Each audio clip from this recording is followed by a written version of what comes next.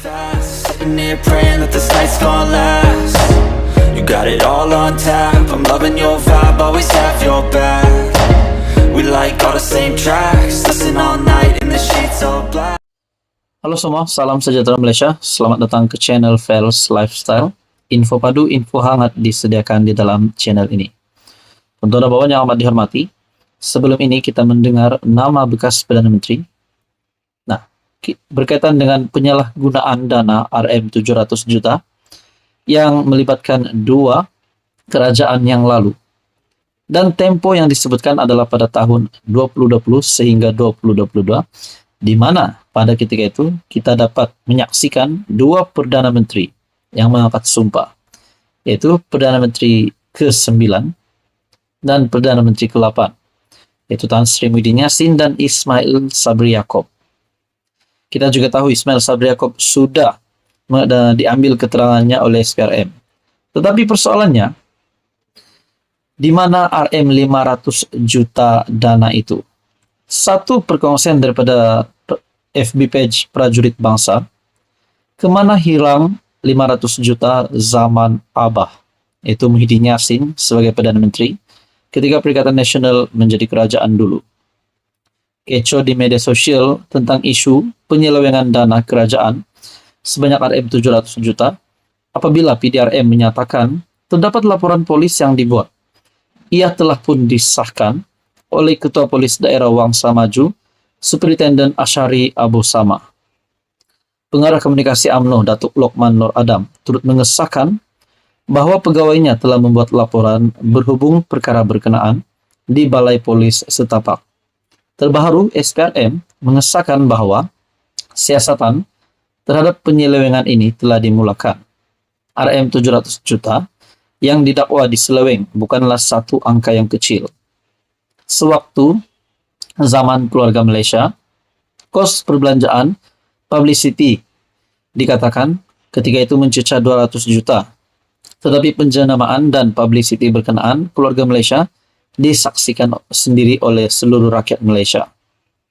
Jelajah keluarga Malaysia, billboard, drama, iklan di TV komersial, media massa, media cetak, media elektronik, dan media sosial. Naratif keluarga Malaysia yang menelan belanja publicity RM200 juta masih lagi dikira masuk akal.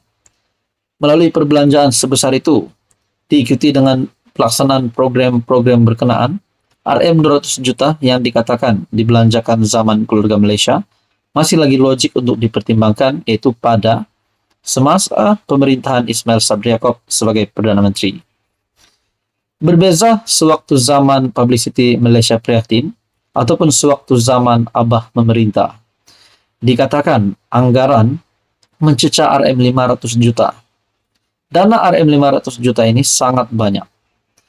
RM500 juta kemana dibelanjakan soal FB page Prajurit Bangsa. Sewaktu zaman Malaysia Prihatin, ia adalah tempo pentadbiran berkuat kuasanya PKP di seluruh dunia. Program publicity Malaysia Prihatin tak banyak pun yang dianjurkan seperti zaman keluarga Malaysia. Bermaksud, sebetulnya kos perbelanjaan yang digunakan adalah lebih kecil daripada kos perbelanjaan publicity zaman keluarga Malaysia. Tak logik RM500 juta dibelanjakan. Tetapi penganjuran dan impak kepada rakyat tidak ada. Perbelanjaan RM500 juta telah direkodkan dan dikongsikan oleh PMX, yaitu Datuk Seri Anwar Ibrahim, sewaktu persidangan Dewan Rakyat. Dikatakan juga perbelanjaan publicity yang mencecah RM500 juta adalah keterlaluan. Persoalannya, kemana pergi RM500 juta berkenaan dibelanjakan dalam tempo pentadbiran yang singkat. Di dalam perkongsian dalam page yang sama, kemana perginya RM500 juta tak masuk akal perbelanjaan sebanyak itu dalam tempo yang singkat. Ditambah pula dengan tidak ada program berimpak yang dianjurkan.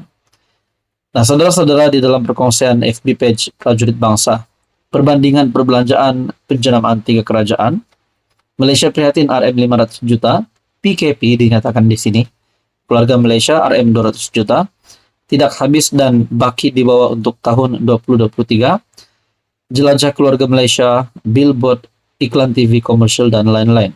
Manakala Malaysia Madani, pimpinan Datuk Seri Anwar Ibrahim hari ini tidak melebihi RM 100 juta peruntukan buat Malaysia Madani 2024. Temu Anwar, sambutan setahun bersama kerajaan, Madani, billboard, iklan TV, komersial, dan lain-lain. Nah, saudara-saudara, apa komen Anda di sini? Adakah Muhyiddin Yassin sekali lagi akan didapati bersalah ataupun bagaimana? Teruskan bersama di dalam channel ini untuk info yang seterusnya. Halo semua, salam sejahtera Malaysia. Selamat datang ke channel Fels Lifestyle.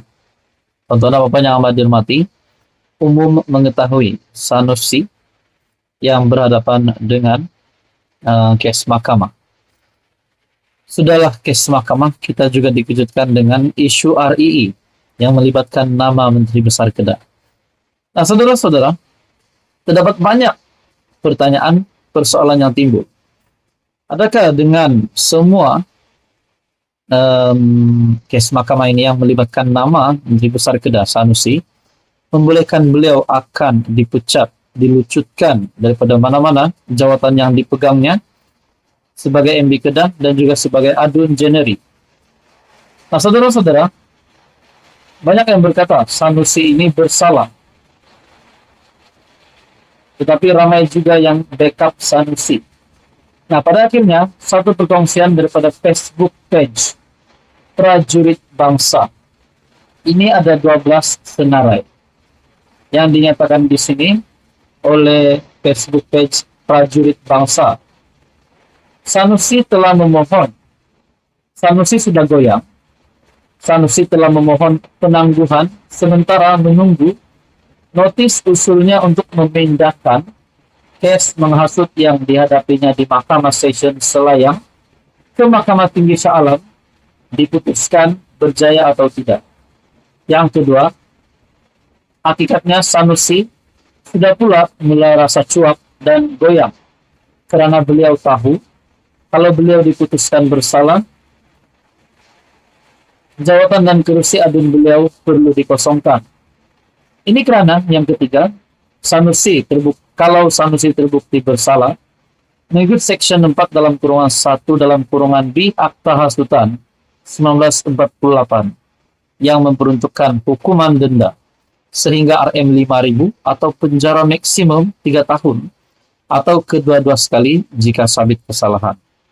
Yang keempat, dan menurut perkara 48 Perlembagaan Persekutuan, individu itu akan hilang kelayakan apabila mereka dijatuhi hukuman penjara 12 bulan atau lebih atau didenda tidak kurang daripada RM 2.000. Yang kelima, sebab itu Sanusi cuba untuk melengah-lengahkan perbicaraan kerana saat dia terbukti bersalah, dia sudah boleh mengucapkan selamat tinggal kepada Dun Jeneri. Yang keenam, pun begitu, pihak pendakwaan telah menolak permohonan penangguhan Sanusi kerana pihak pendakwaan sedar ini adalah sekadar cubaan Sanusi untuk melengahkan perbicaraan. Yang ketujuh pula, Sanusi telah didakwa pada Julai 2023 dan dia mempunyai 6 bulan untuk memfailkan notis usul tersebut. Dan dokumen pula telah diserahkan pada 4 Oktober 2023. Malah dokumen yang diberikan bukan banyak, ada 11 dokumen saja. Yang ke-8, Sanusi ini kalau benar anak jantan, tidak perlu main pengecut begini. Kalau waktu ceramah punya takbur dan riak, kata tak bersalah, tidak takut dan untuk didakwa. Yang ke-9, bila nak dibicarakan sudah mulai terkucil. Nak lari sana-sini, malah lagi nampak pengecut.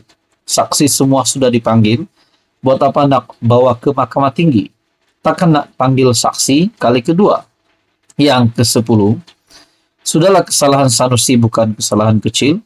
Kesalahan Sanusi adalah menghina Sultan.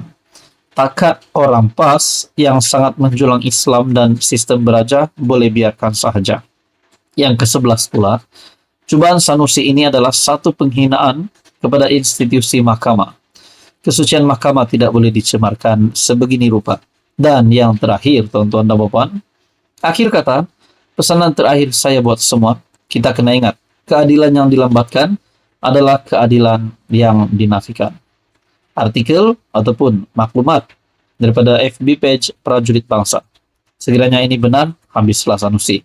Itu persoalan yang pertama. Dan yang kedua, kalau Sanusi memang benar-benar disabit bersalah, pasti beliau tidak lagi akan memegang jawatan sebagai Adun dan MB Kedah.